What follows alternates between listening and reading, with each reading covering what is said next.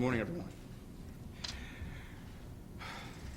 After devoting more than 20 years of service to the city that I love and grew up in, as an assistant district attorney, as the inspector general, and now as the district attorney, I've made the very difficult decision not to seek re-election to a third term as the district attorney of the city of Philadelphia.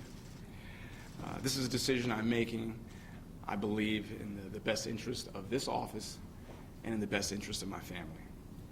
When I took the oath of office in January of 2010, I set out to work with the wonderful men and women of the DA's office to make it an even better place than it was when I assumed office. My only goal has been to be a good steward of this office and to turn it over to my successor in a better place than I found it. During my tenure, and with the tireless commitment of those who serve this institution daily, we have lifted the Philadelphia District Attorney's Office from a place that had the lowest felony conviction rate of the 40 largest municipal areas in the country to a nationally acclaimed institution by reforming the criminal justice system in ways that will have a positive and significant impact far into the future. We redesigned the charging unit to ensure that senior prosecutors were handling the earliest stages of the prosecution, an assignment that had not been a priority in the past. This change placed the necessary emphasis upon screening cases properly from the outset and charging the offenses that fit the crime. Philadelphians only want us to charge the right people and only with the right charges. The unit was expanded to include victim witness coordinators tasked with working with the victims and witnesses at the earliest possible point in a case. The overhaul of the system to allow district attorney's office to prosecute from a community-based and holistic approach, something I ran on first in 2005, is now used nationwide as prosecutors' offices look to lead their organizations into the future. Assistant district attorneys are now assigned to units which operate in unison with the police district so that the prosecutors from the DA's office have their fingers on the heartbeat of the community and can better serve those who we are tasked to protect. With the district attorney's office leading the way, the Criminal Justice Center was reorganized so that each neighborhood unit would occupy a floor of the Criminal Justice Center, and officers would be able to work cohesively with lawyers from my office to cut down overtime and court costs.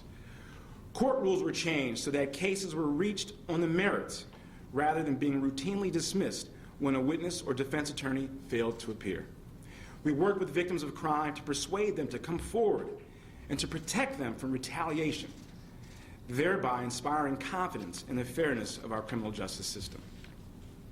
The community-based prosecution program that we created in Philadelphia has been recognized nationally as a model for others to follow, and even received an award from the United States Department of Justice for innovations in criminal justice in 2013. I'm extraordinarily proud of our focus on prosecuting violent crime and raising the conviction rate for felony offenses across the board, and especially with regard to violent crimes. While doing that, we also led by offering alternatives to prosecution for those who deserved a second chance from our criminal justice system. We established programs like small amounts of marijuana and AMP for nonviolent misdemeanor offenders, both of which diverted thousands of nonviolent offenders away from the system so that our limited resources could be used to attack violent crime and other more serious felony offenses. Now almost 40% of all of our misdemeanor cases in Philadelphia result in diversion, giving people a second chance. We created Future Forward, which offers those charged with nonviolent felonies the opportunity to attend community college, and when successful, have their charges withdrawn. Similar to the program we replicated from San Francisco, Back on Track, we created The Choice is Yours, giving people that otherwise would have had a mandatory sentence the opportunity to have their record expunged and giving them the life lessons and skills they need to move forward. This office paved the way for redemption and rehabilitation to stand alongside punishment as goals of the justice system in Philadelphia. In an ongoing effort to remain smart on crime, focused deterrence was unveiled in 2014 to reduce gun violence in Philadelphia in partnership with the Philadelphia Police Department, the U.S. Attorney's Office, the Attorney General's Gun Violence Task Force, the courts, adult and juvenile probation, the mayor's office, members of city council, PGW, PICO, Comcast, and over 30 social service provider agencies, and members of 24 community and neighborhood groups. This initiative has been very encouraging, and we saw results reducing gun violence and gained recognition as the best practice for other jurisdictions to follow by the National Network for Safe Communities at the John Jay School of Criminal Justice. I owe a special debt of gratitude to Commissioners Ramsey and Ross, colleagues of the Pennsylvania District Attorneys Association and the Association of Prosecuting Attorneys, community activists citywide, clergy, and business leaders like Jeff Brown of ShopRite that have helped me with my vision of making Philadelphia smart on crime. Each and every accomplishment made is a result of the diligence, commitment, intelligence, and hard work of the men and women with whom I have had the privilege to serve here in the District Attorney's Office of Philadelphia. Now, during my tenure, I have made regrettable mistakes in my personal life and in personal financial life that cast an unnecessary shadow over the District Attorney's Office. We recently had a press conference to talk about the enhancement of our conviction review unit to ensure that we do all that we can to exonerate the truly innocent, so that not one Philadelphian spends a day in prison if they shouldn't. But the first 5 questions were about me receiving gifts. Not about safety, not about justice.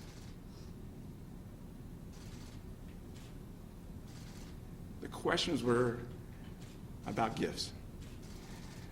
And I no longer want in any way to stand in the way of the men and women of this office that have a mission of doing justice and serving the citizens and ensuring safety every day.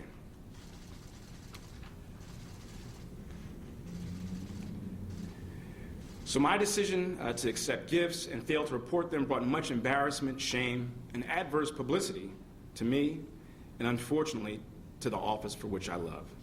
For this, I will always hold deep regret in my heart. My poor judgment caused distractions, which made the already difficult job of my assistants and critical staff even more challenging, and raised doubts in the minds of some citizens regarding my character and fitness to serve as your district attorney. To those who have served, to those who serve today, and to those who will serve in the future, I offer my deepest and most sincere apologies. Now, I have been blessed with much good fortune in both my personal and professional life. After serving as the president of the Black Caucus at Penn State, and then the student body, they elected me the president of the undergraduate student government. This began my first steps in a lifelong dream to serve as the district attorney of the city that has given me so much more than I could ever give back. Being elected district attorney of Philadelphia was only possible because of my parents, Rufus and Imelda Williams, who adopted me from foster care as a young child and gave me a loving, warm, and supportive home and family. When I took the oath of office in January the 4th of 2010, my thoughts were on my father, who was my best friend, and who would have been so proud to see the young child that he saved and raised become the Commonwealth of Pennsylvania's first African-American district attorney. My dad was so proud that the name he and I share, Rufus, belonged to his uncle, who was a runaway slave. He would always tell me that unless you're willing to be a part of the solution, you forfeit your right to complain. So thank you. My mom, Imelda, continues to show me the love and support that was a hallmark of my childhood. She instilled in me a sense of righteousness and passion for life. She led by example and hard work as the executive secretary of the Philadelphia Naval Shipyard, and always said that no matter who the admiral was, she was the boss, and she always was. She led by example, hard work, and dedication, and is the foundation of my success. So thank you, Mom.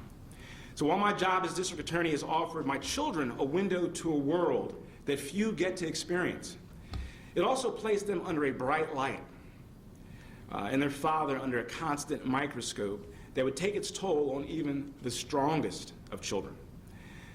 The decision that I will make today will begin the process of healing for my children, who've been forced to develop a thick skin at too young of an age as they helplessly watch their father's character attacked publicly on a nearly daily basis.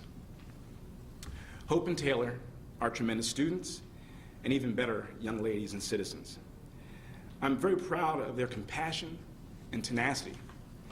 In some small way, I hope that achieving my dream of being the district attorney reminds them that all dreams can come true with hard work and dedication. That only in America, only in Philadelphia, could a kid given up for adoption at birth, placed in an orphanage, lived in 2 foster homes, aspire to become the district attorney, to have the complete discretion on who gets arrested, who gets charged, who has an arrest warrant, who has a death warrant.